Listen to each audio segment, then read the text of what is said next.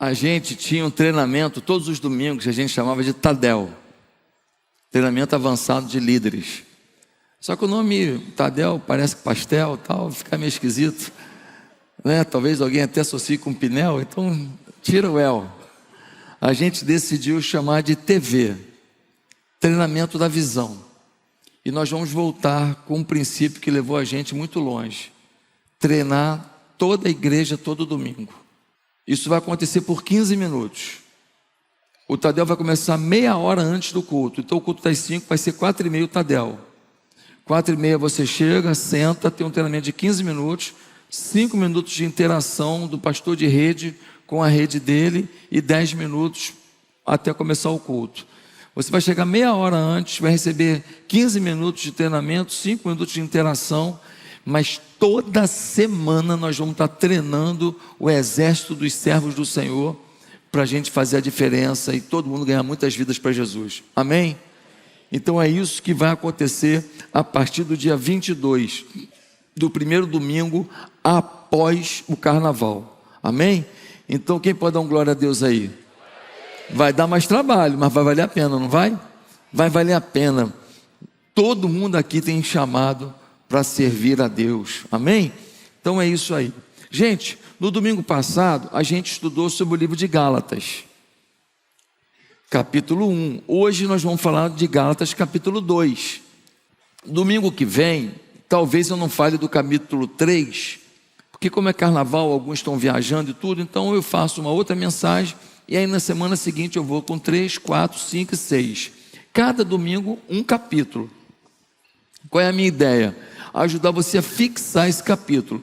Mas eu vou te dar esse livro, mas eu vou te dar mais uma sugestão. Você vai pegar o livro de Gálatas e vai ler todo o livro de Gálatas todos os dias da semana. Você pega o livro e lê ele todinho, são 6 capítulos. Todo dia tu lê ele inteiro. O que vai acontecer?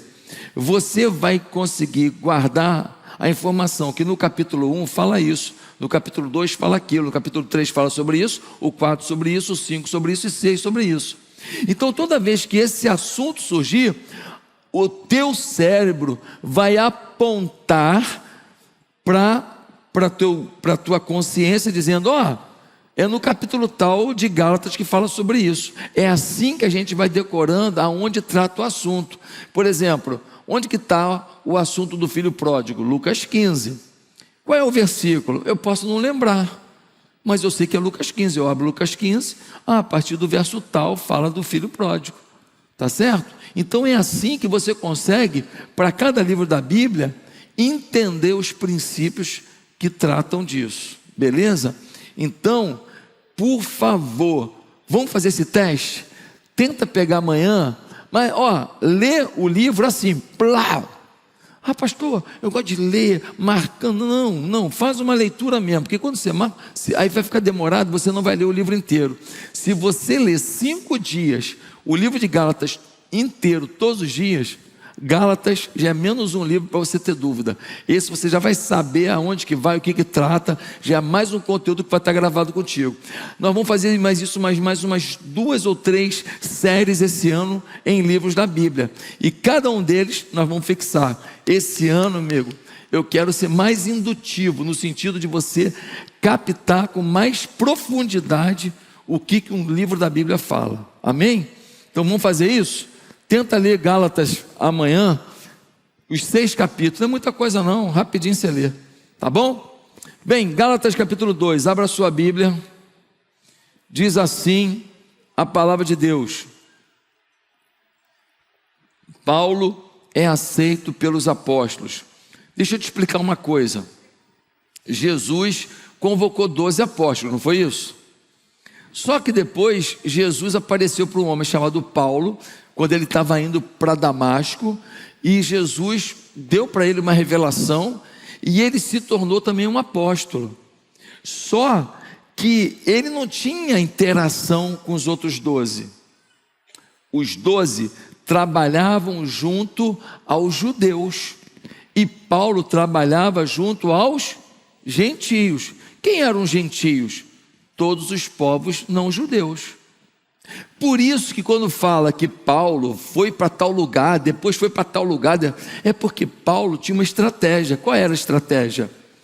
Ele viajava, ele parava numa cidade, ensinava a palavra de Deus, ganhava para Cristo, treinava, deixava um líder, ia para outra cidade, pregava, ganhava, discipulava, deixava um líder, ia para outra cidade.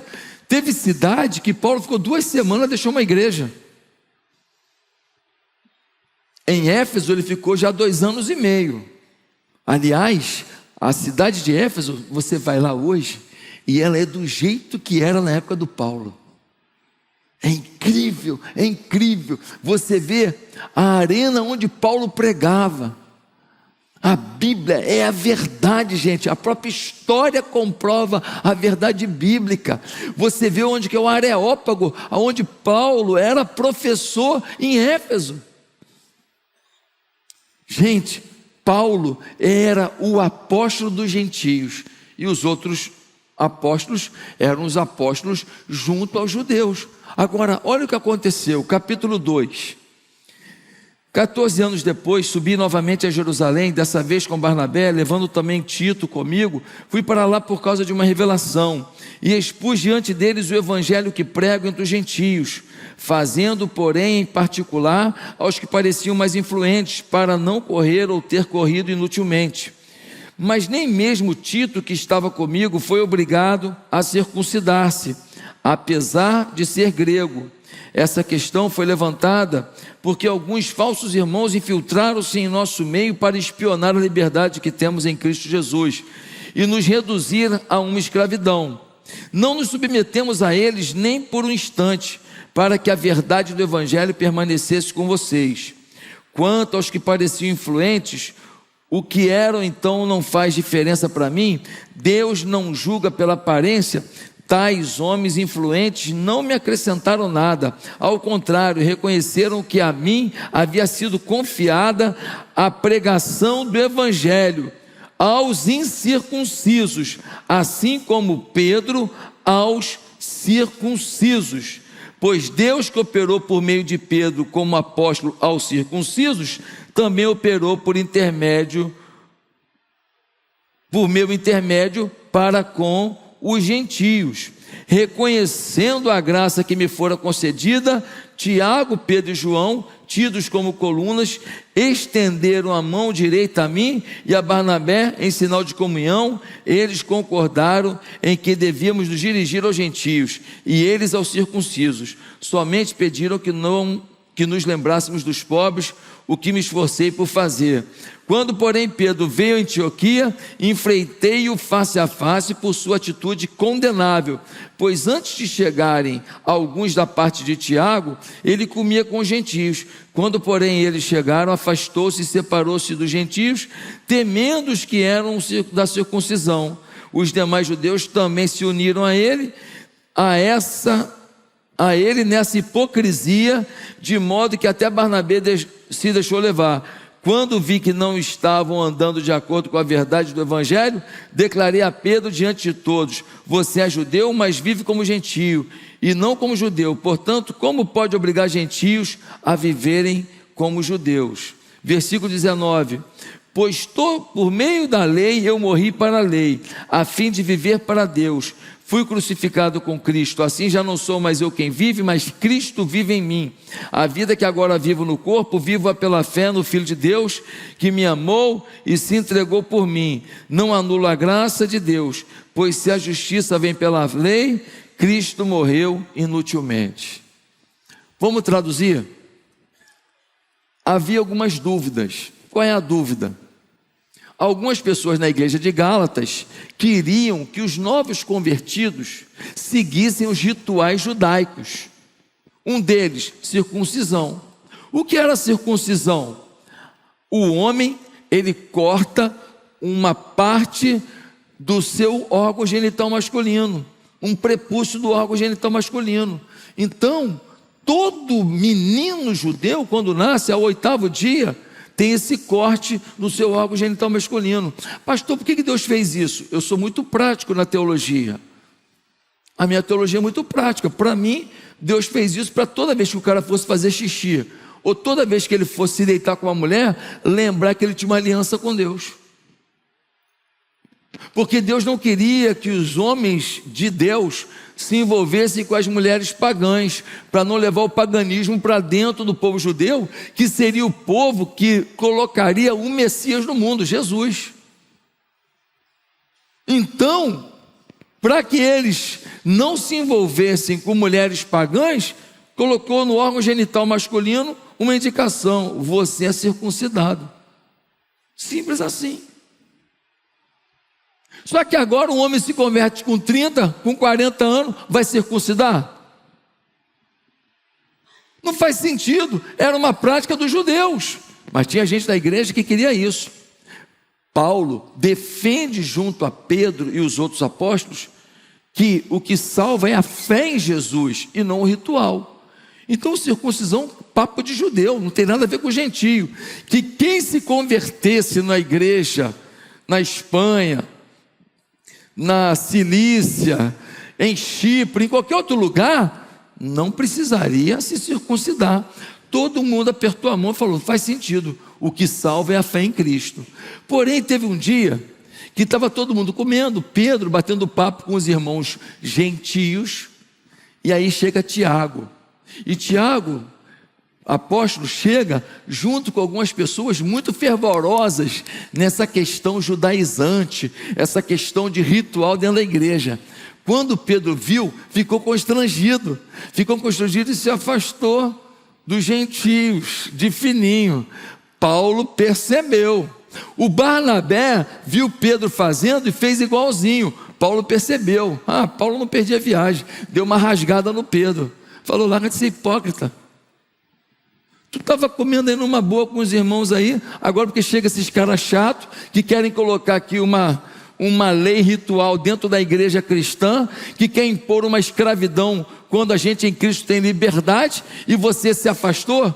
Pedro baixou a bola, recebeu a palavra do Paulo. Aí você vê a importância de um irmão ajudar o outro, do confronto, aí a importância do discipulado. Pedro melhorou por causa do confronto de um outro apóstolo, Paulo. Quem não quer discipulado, não quer confronto, nunca vai ser o que pode ser. Nunca será a sua melhor versão. E aí o Paulo, depois de falar com Pedro, chamar atenção, começa um discurso e fala: gente, nós temos que viver Cristo e não lei de Moisés. Nós temos que viver Cristo.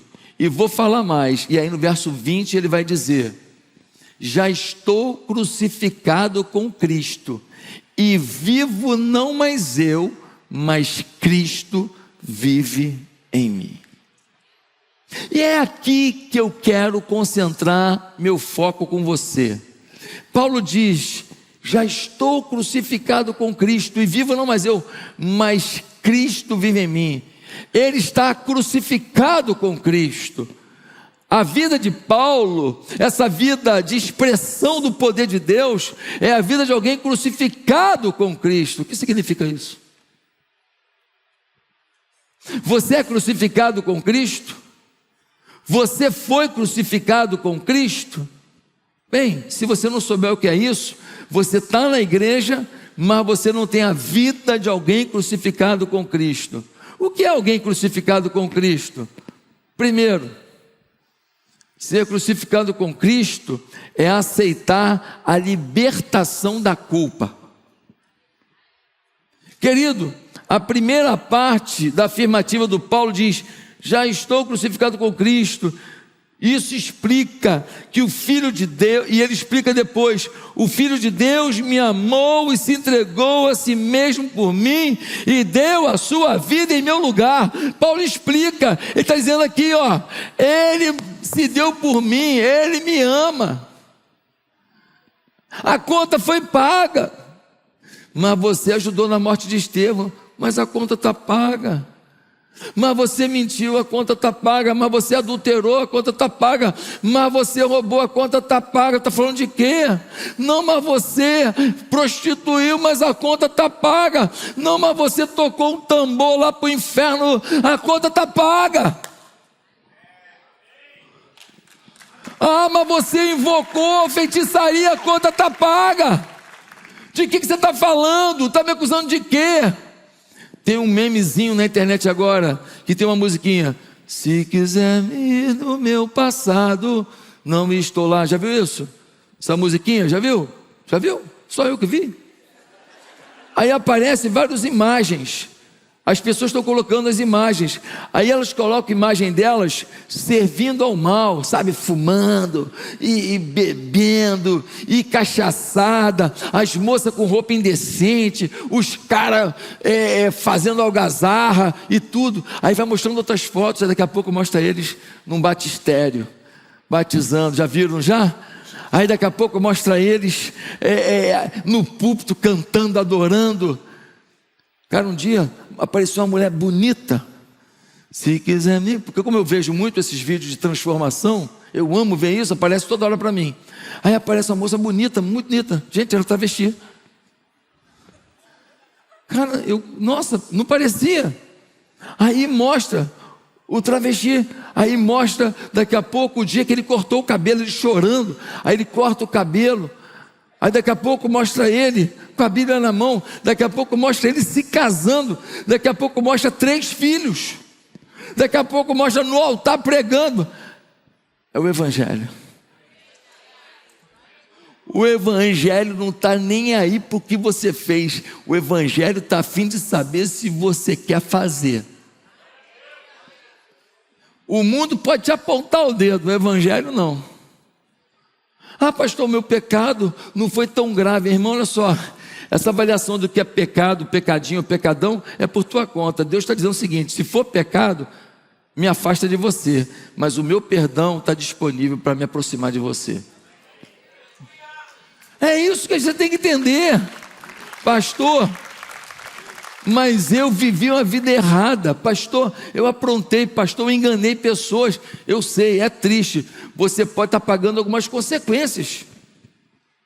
Mas o que eu quero deixar claro para você é que as consequências são as consequências naturais de sementes que você lançou.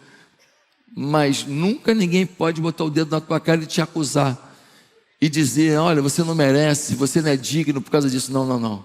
Não, não, não. Eu estou pagando consequências naturais, mas no mundo espiritual eu estou perdoado. Eu estou lavado. Eu estou remido. Ei, estar crucificado com Cristo é entender que o sacrifício da cruz, ele é válido para todos os dias, porque o sacrifício é atemporal, ele continua disponível. O meu pecado, o seu pecado, não pode gerar na gente uma reflexão de que somos indignos e de que não podemos viver uma vida melhor. Algumas pessoas vivem um casamento ruim, mas a pessoa não quer que melhore. Pastor, por que não? Porque eles aprontaram tanto que eles acham que tem que ter sofrimento, é um pagamento pelo erro que cometeram. Se o casamento estiver muito bom, eles arrumam um jeito de deixar o casamento ruim. Não é pensado, não, é automático. Algumas pessoas, quando começam a ganhar dinheiro, se boicotam, porque como ele fez algumas coisas erradas na vida, ele não acha que pode prosperar, não acha que pode ter uma vida mais tranquila, não acha. Então quando começa a pintar dinheiro, ele arruma algum risco para colocar o dinheiro para se dar mal,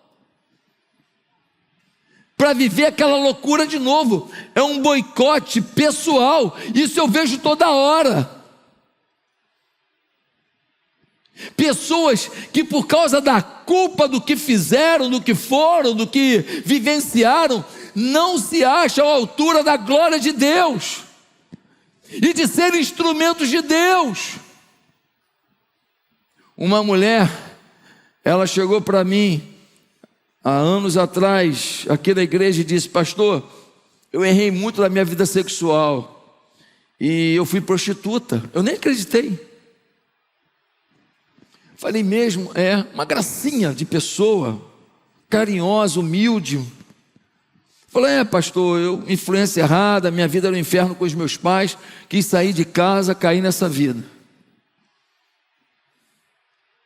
Eu li para ela aquele texto em que Jesus está com uma mulher que foi pega em adultério, e querem apedrejar a mulher.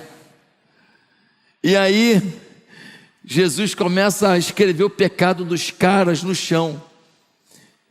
E quando eles começam a ver o pecado deles escrito no chão, vai saindo um por um, e sai todo mundo. E Jesus vira para a mulher e fala: cadê os teus acusadores? Ela diz: foi todo mundo embora. Jesus diz: nem eu te condeno. Repete comigo: nem eu te condeno. Repete de novo: nem eu te condeno. Teu coração ouviu isso? Nem eu te condeno, nem eu te condeno, vá e não peques mais. Jesus falou: ei, começa do zero, vamos lá, eu estou contigo, eu acredito. Ninguém toque em você, ninguém bote o dedo, porque o meu sangue foi derramado na cruz em teu lugar. Você chega no mercado, você enche 3 carrinhos de compra, vai dar quanto isso mais ou menos? 50 mil reais? Do jeito que está caro as coisas, não é? Meu Deus do céu, 3 carrinhos vai dar 5 mil reais. Aí, cara, você encheu os carrinhos lá, vamos dizer que deu 2 mil reais. Aí, você chega na hora de pagar, e cadê a carteira? Esqueci o dinheiro, esqueci o cartão. Aí você vira para a menina do caixa e fala: eu vou ter que ir em casa buscar meu cartão, me perdoe, eu esqueci o cartão. A pessoa do lado fala assim: o que houve aí? Aí você fala: eu esqueci o cartão e comprei 3 carrinhos aqui, ó. A pessoa fala assim: não, fica tranquilo, eu vou pagar. A pessoa vai, passa o cartão e paga. Alguém pode falar: eu recebo? Aí a pessoa vai e paga o carrinho, pagou a compra inteira, R$ 2.500.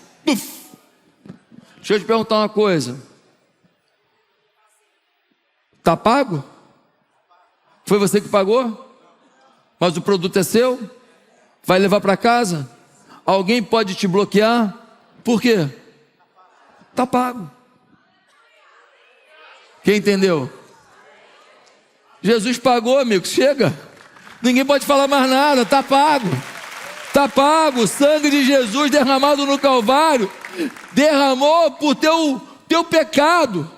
Ah, pastor, então vou sair pecando. Não.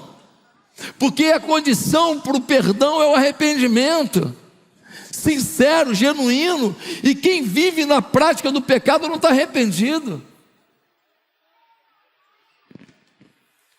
Querido, bota uma coisa na tua cabeça: viver debaixo da culpa é ignorar o sacrifício de Cristo. Viver debaixo da culpa é negligenciar o amor de Cristo. Viver debaixo da culpa é desvalorizar o sacrifício da cruz. Ninguém toque na tua vida e bote o dedo na tua cara. Só pode ser Satanás te acusando. Um homem vaidoso, ele foi fazer uma aposta querendo ficar rico de uma hora para outra, perdeu tudo. Chegou na célula, contou o que aconteceu. A célula orou por ele. Ele se acusava. A célula falou: se perdoe, você queria o melhor para sua família. Você foi negligente, mas acontece. Mas Deus é contigo.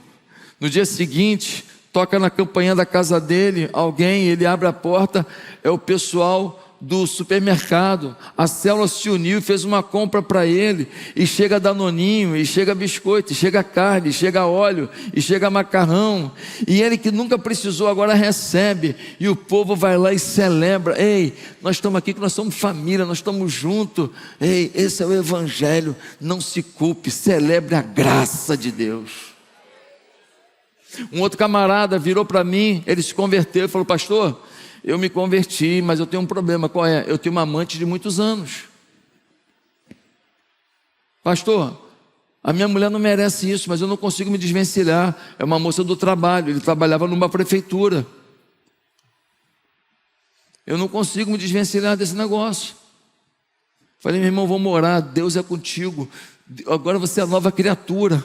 Você tem que cortar relacionamento, cortar conexão. Não tem que falar mais com essa moça. Não tem esse papo, vamos só encontrar para conversar mais um pouquinho. Conversar mais um pouquinho, é o Cacilda. Meu irmão, se você ficar perto do fogo, você vai se queimar, rapaz. Abre o olho. Aquele homem fez aquilo, se libertou daquilo. A moça que ele se envolvia estava liberta para viver uma vida digna. Ele agora vivia para a esposa dele. Sabe o que aconteceu? Esperavam uma gravidez há anos, não acontecia. Foi tirar o pecado, a mulher engravidou. Tem coisa na tua vida que está bloqueada por causa do pecado, filho. E a culpa, ela faz você aceitar o pecado. Eu já sou errado, errado e meio. Se eu já estou errado, mais um erro. A culpa não te tira do pecado, quem entendeu? Você precisa se liberar da culpa. Quem está crucificado com Cristo, crê no poder do Calvário. Segundo lugar, o que é estar crucificado com Cristo? É crer que o pecado não é maior que você. Queridos, é mentira do diabo que o pecado é maior que você. Irmão, quem morreu por você na cruz, quem derramou o sangue na cruz, foi o Filho de Deus. E ele disse: o meu sangue foi derramado em teu lugar, e o meu sangue te purifica de todo pecado. Que história é essa? Que você está crucificado com Cristo, e você, tem um pecado que eu não consigo vencer. Consegue sim. Romanos 6, versículo 14 diz assim: não estás debaixo do pecado, mas debaixo da glória e da graça de Deus.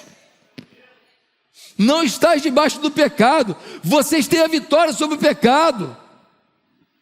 Na carta aos Coríntios, capítulo 10, Paulo vai dizendo no versículo 13: ei, não virá sobre vós tentação a qual não possais suportar, junto com a tentação sempre vos darei o escape. Você é maior do que qualquer tentação, se você está crucificado com Cristo. Qual é o teu problema? Não é que você não vence a tentação, é que você se permite os gatilhos. Ei, presta atenção. O problema do pecado não é vencer a tentação, é a gente se permitir os gatilhos. O que é isso? Se você anda com um grupo que só fala de dinheiro, comprei 4 Porsche, 5 Ferrari, 200 helicópteros, 14 transatlântico e mais 2 Boeings, só fala de dinheiro, você começa a querer ter o que não precisa. Você começa a querer ter o que você não precisa. Você começa a querer ter um dinheiro que você, às vezes que você já tem, vai ser suficiente para você ter uma vida digna, bacana, legal. Mas não, você anda com gente assim, você fica materialista.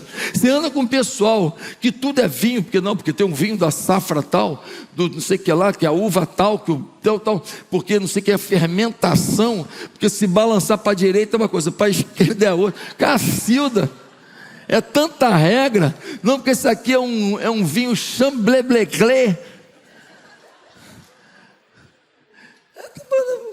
Mete um sangue de boi, bota ali, tu toma e fala: é chambleblé, tu nem sabe nada, tu te engana toda hora. Tu paga caro no sangue de boi, não é sangue de boi, aquele baratão que tem aí. Eu lembro dele, ainda existe o sangue de boi? Tá tomando, né, galera? Ô, gente, pelo amor de Deus, cara, se você anda com gente que cultua a bebida, você vai beber mais do que deve. Você vai se apaixonar por esse negócio de bebida, cuidado. Eu não estou falando de tomar um copo não, filho. Eu não tomo. Acho que pastor não tem que tomar. Pastor não tem que tomar. Porque a gente é referência. Eu já sou cheio de defeito, vai arrumar mais um? Não, eu já sou cheio de defeito, vai arrumar mais um? Porque para quem tem vício com bebida, sabe da história que a bebida pode fazer. Então é o seguinte, não é tomar um copo de vinho que vai jogar no inferno, não é nada disso que eu estou falando. Mas estou falando do culto à bebida, aquela coisa de beber todo dia. Então, cara, se você anda com gente que bebe demais, você vai beber demais. Gente que quando faz um churrasco toma 200 chopp. Não, pastor, eu sou comedido. Tomou quantos? 150. Quem entendeu? Cuidado com o meio. Então, qual o teu problema? Não é o pecado, é o gatilho. Tu anda com os caras, tu vai almoçar com os caras ficam falando, não, que eu estou com um amante, peguei a mulher, tal. Cara, só fala de coisa errada. O que tu vai pensar? Tu vai começar a pensar em quê? Coisa errada, quem entendeu? Corta o gatilho que fica mais fácil vencer a tentação. Dá um tiro no gatilho. Deus está dizendo, ei, quem está crucificado comigo, está vencendo o pecado e ponto final. Dá para ter uma vida santa e pura assim. Terceiro lugar, o que é estar crucificado com Cristo? É ir às últimas consequências pelo amor. A crucificação era a morte mais vergonhosa que existia. Sabe como era chamado quem ia para o Calvário? Maldito.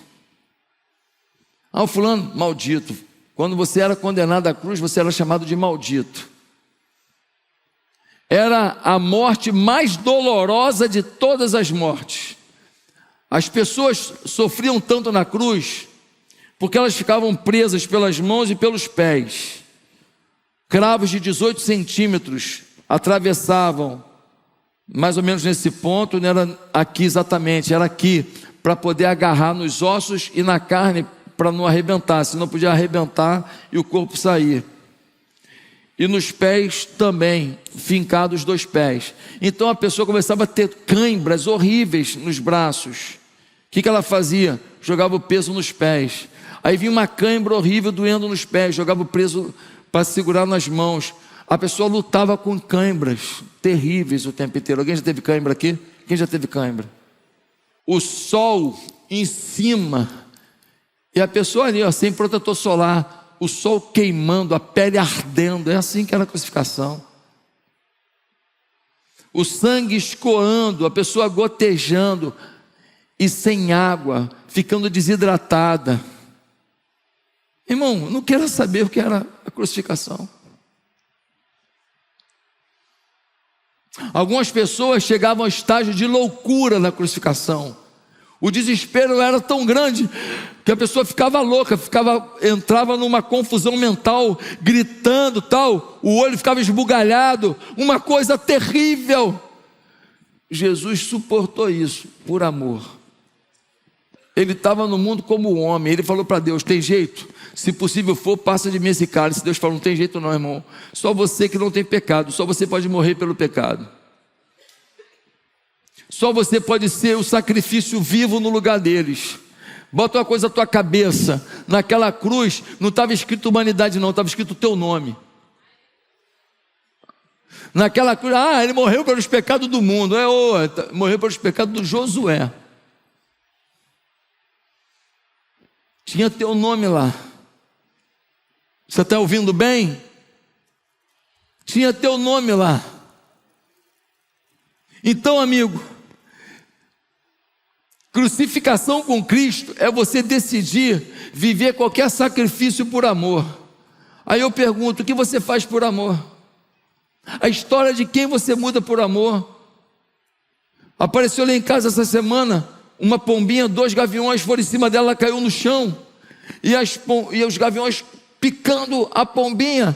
E aí chegou a Bianca, chegou mais a moça que trabalhava em casa, os gaviões fugiram, a pombinha saiu correndo, entrou dentro de casa, ficou escondida, machucadinha, mas 2 gaviões, ela ia morrer, mas ia morrer rápido. Eu cheguei perto dela, ela nem correu, ela estava em estado de choque. Falei, esses bichos aí tem umas doenças, hein? Espera melhorar e manda vazar. Eu falei, só que ela está em estado de choque, ela não consegue nem se mover. Estava paralisada, eu cheguei perto, ela ficou paralisada.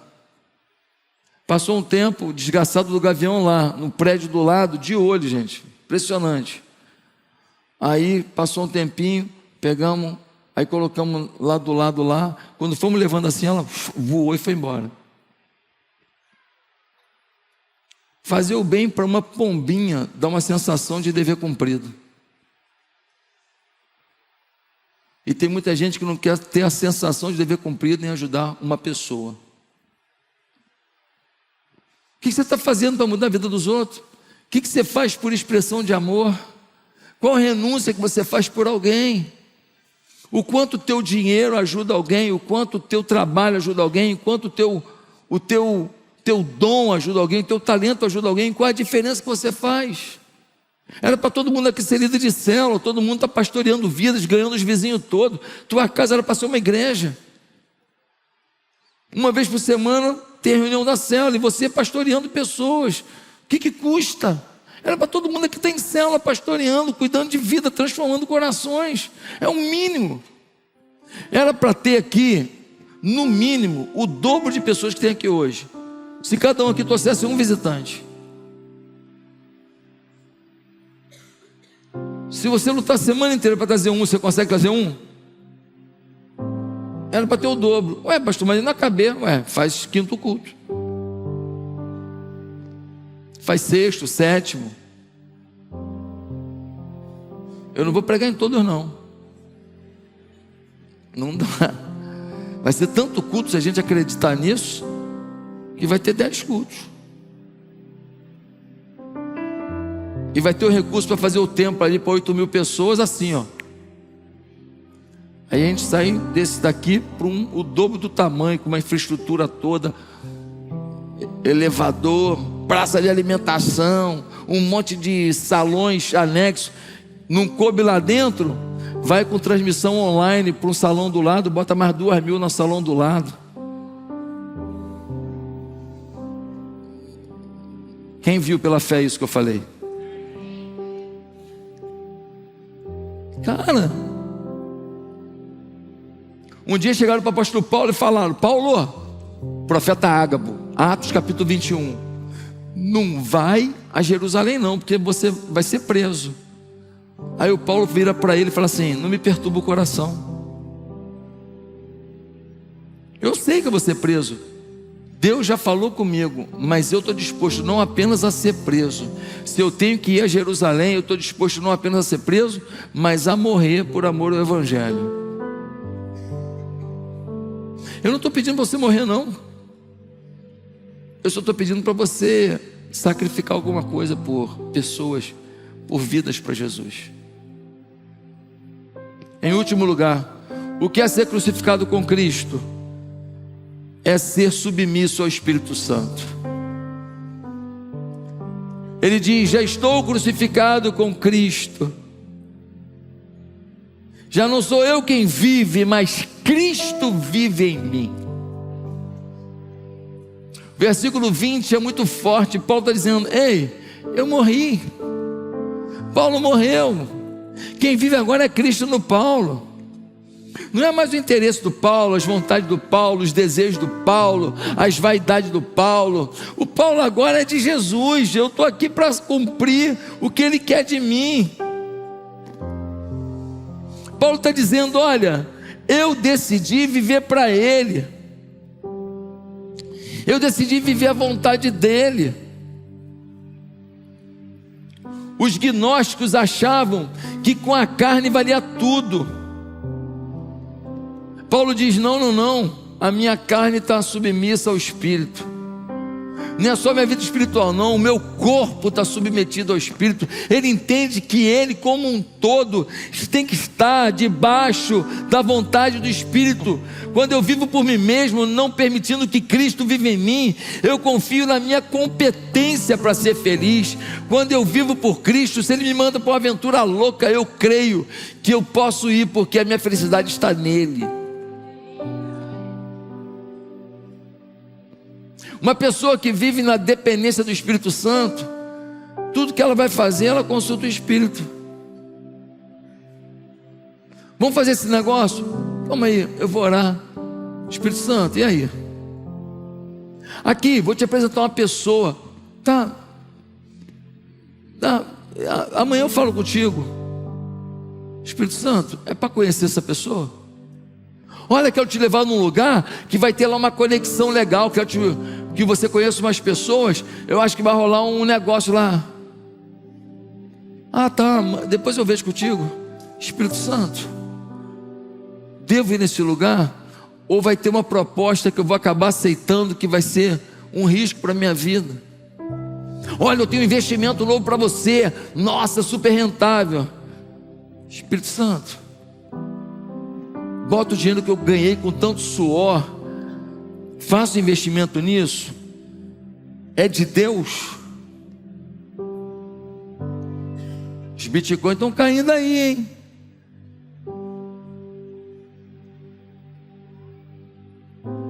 Uma pessoa dominada pelo Espírito Santo, ela não sai tomando decisões e depois das decisões pedindo a ajuda do Espírito Santo para resolver, não. Ela faz depois de ouvir o Espírito. Uma pessoa ligada ao Espírito Santo, ela vai sair com as amigas para almoçar, ela fala: Espírito Santo, vou sair com as minhas amigas para almoçar, que o meu ouvido seja seletivo para só ouvir o que vale a pena, que o meu coração esteja filtrado para eu só assimilar o que vale a pena. A pessoa que vive na dependência do Espírito Santo, ela está o tempo inteiro conectando sua vida à dependência do Espírito e ouvindo o Espírito. Quem está crucificado com Cristo não vai parar de tomar sorvete, não vai parar de comer uma boa picanha, não vai parar de ir à praia, não vai parar de se divertir. Não é isso que eu estou falando, porque se Deus fez o mundo tão maneiro desse jeito, é porque Ele quer que a gente curta. Ele não fez essa natureza gostosa aí, ó, é para você se ferrar, mas deixa a natureza bonita aí para os ímpios. Que isso? E de graça, né? Aquela praia maravilhosa ali, de graça. Você vai lá dar um mergulhão gostoso num dia de sol, olha que legal. Eu não estou falando para você não curtir o que a vida oferece, não. Eu só estou dizendo que as decisões da vida, as decisões de amizades, de conexões, de trabalho, de investimento, de projeto, empresariais, precisam estar debaixo do Espírito Santo. Uma pessoa crucificada na cruz, ela morreu. Quem vive agora? O Espírito na vida dela.